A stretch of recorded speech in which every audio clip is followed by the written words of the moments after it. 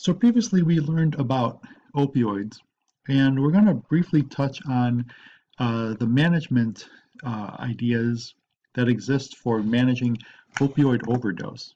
Thank you to Dr. Desai Braderick, who wrote this lecture for me. So we had talked about some of the adverse effects and had basically outlined the underlying mechanism for some of these adverse effects of opioid agonists. Recall that a lot of these opioid receptors are widely distributed throughout the CNS, and they modify pain perception, mood, regulate cardiovascular and respiratory activity. And so some of these side effects can be basically explained by the receptor expression of some of these opioid receptors throughout the body. So sedation, for example, can be attributed to the mu and the kappa receptors, euphoria from the mu receptors, dysphoria from the kappa receptors, constipation definitely are mu receptor dependent, urinary retention as well, mu receptor dependent, as well as respiratory depression. Respiratory depression is really kind of the one thing that we're going to really pay special attention to, which is largely driven by the mu receptor activity. And so when morphine or opioids are supplied in overdose, either accidentally or on purpose, and we'll talk about that in a minute, three things stick out. Respiratory depression, of course. If you examine the patient, their pupils will be pinpoint, very small, and the patient may be comatose. Okay. Other signs and symptoms include decreased bowel movements, if you were to listen. But you know, the best predictor of opioid toxicity or overdose is measuring respiratory rate. Okay, and so when looking at the patients, obviously if they're comatose and they're not breathing, it's a good indicator that they may have experienced a morphine or an opioid overdose. And so the good news is that there are drugs that can reverse it. And so we have opioid antagonists. Remember, the drugs that we've been talking about are mu opioid receptor agonists. And so the best way to get rid of an agonist is to supply an antagonist. Okay, and so these are drugs that attach to the receptor and compete with the opioid for that receptor. And this displacement of the opioid from this mu receptor can rapidly reverse the life-threatening respiratory depression. So there's pure antagonists such as naloxone. These are competitive blocking drugs. Naloxone inhibits the analgesic form that attaches to the receptors, but it doesn't do anything by itself. So you give naloxone to somebody who's walking around, it's not going to do anything. There's not going to be any effect. Naloxone really only works in the patient who's OD'd on opioids. Now, if you look in the literature, or if you're familiar clinically with some of the partial antagonists that are out there, butorphanol, nalbuphine, pentazocine, these have two actions on the respiratory system. These drugs can produce weak morphine-like effects in normal individuals, still resulting in some respiratory depression.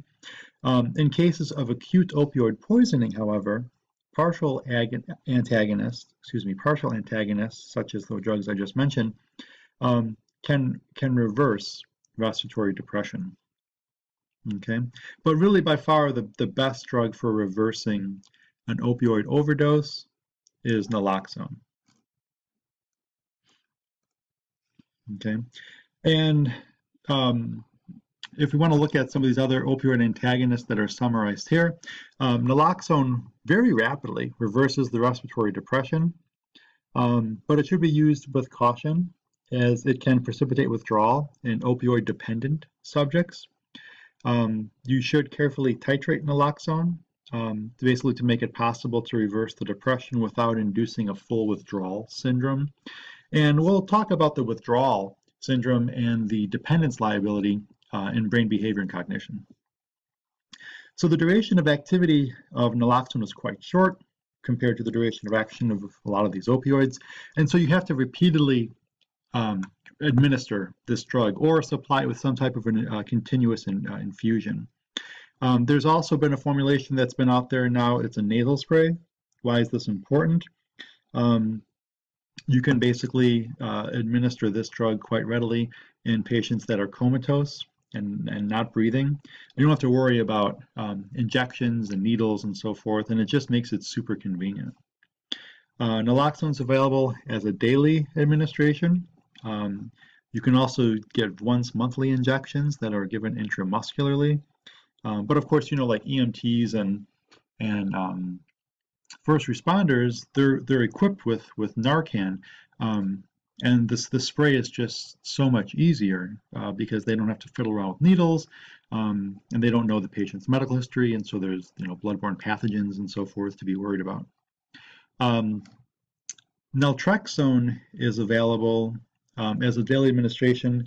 It's really used with opioid dependence, and so we'll kind of table that drug for another discussion.